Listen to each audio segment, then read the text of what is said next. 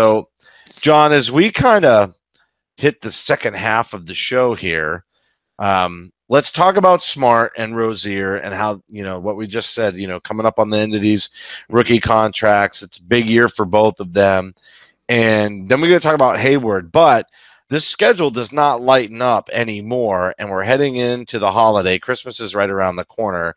So I know there's probably going to be 5 games played. There's 5 games between tonight's game against the Pacers and a week from then, Monday night's game against the Wizards on Christmas, or Monday afternoon's game, I believe, actually, against the Wizards. So that's 5 games in 7 nights over the holiday. There's no reprieve coming. They need these bench guys like Smart and Rozier to give them a lift. It just flat out has to happen.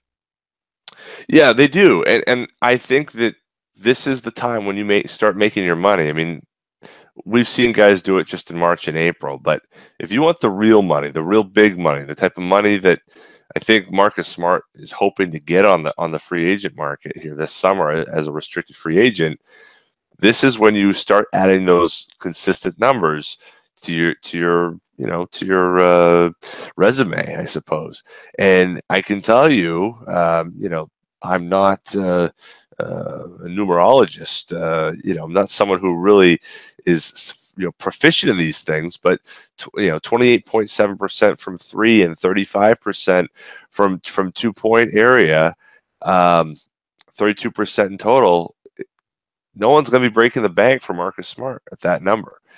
I just don't see it happening. Now, maybe they'll be buoyed by a great, run, but those are troubling numbers for him. And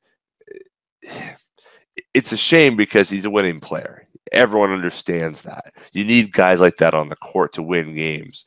But those numbers are frightening, and they're not getting better. And, we talked early on about, if he does this, he could be up around 30 and 32. And it's just more of the same. And I fear that may be who Marcus Smart is. Now, interestingly enough, Celtics played Memphis.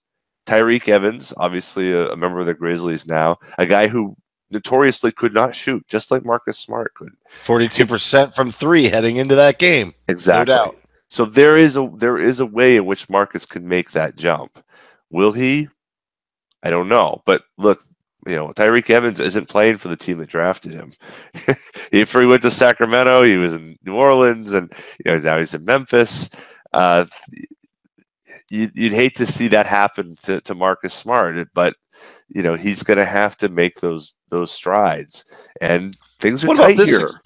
What about this experiment? We've talked about it already about Smart going into that starting lineup, but if you were to do that, then I'm not saying you pull Tatum from the starting lineup, but maybe you adjust these rotations a little bit so that Tatum spends more time maybe in that early transition from first unit to second unit, since he's already playing a lot of minutes. Have him in that starting lineup, and then maybe that would free up Marcus. I mean, who knows what happens to Tatum if he's stuck in that second unit exclusively the way Marcus has been. I know he's still a shooter and Marcus isn't, and I get all of that, but I'm just saying take the pressure off of Marcus the same way that the pressure is taken off of the same way the pressure is taken off of Tatum. You know what I mean? Yeah. No,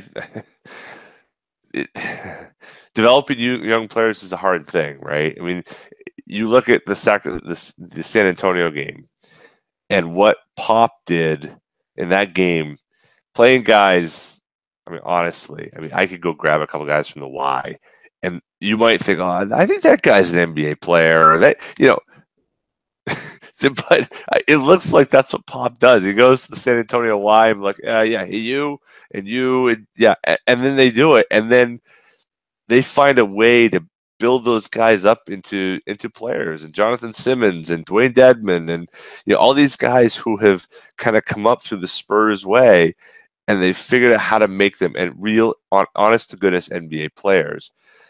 I think Boston's trying to do that with a little bit more pedigree, a little bit higher draft picks, but I think they're trying to find the right ways in which you build a guy up, and then you give him a lot to do. And look at the Spurs. The Spurs are throwing these guys out there, starting these players who you wouldn't know them from Adam, and they're coming through.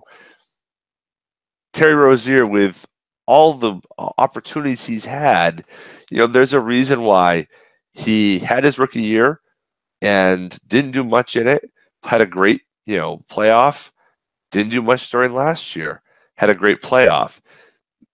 There's something internal into that motor that he's got to kick in on a regular basis to be the kind of guy that he needs to be to make the big bucks. And he can do it. The talent is there. It's, does he have the motor to be great every night? If you could take Marcus Smart and Terry Rozier and combine them into a player, you'd have, well, you might have Westbrook, right? I mean, just Terry's ability to shoot is phenomenal. And Marcus's ability to facilitate the offense is really excellent. Both of them are good defensively. Smart's obviously better, but Terry can grab those rebounds the same way Smart can. It's really too bad you couldn't combine those two into one solid player. It would be nice. We need, some sort of science, some sort of GE led MIT science experiment to basically Frankenstein those two together. You're thinking weird science or something. I know where you're going. Yeah, well, maybe exactly. not. Maybe not exactly to that movie.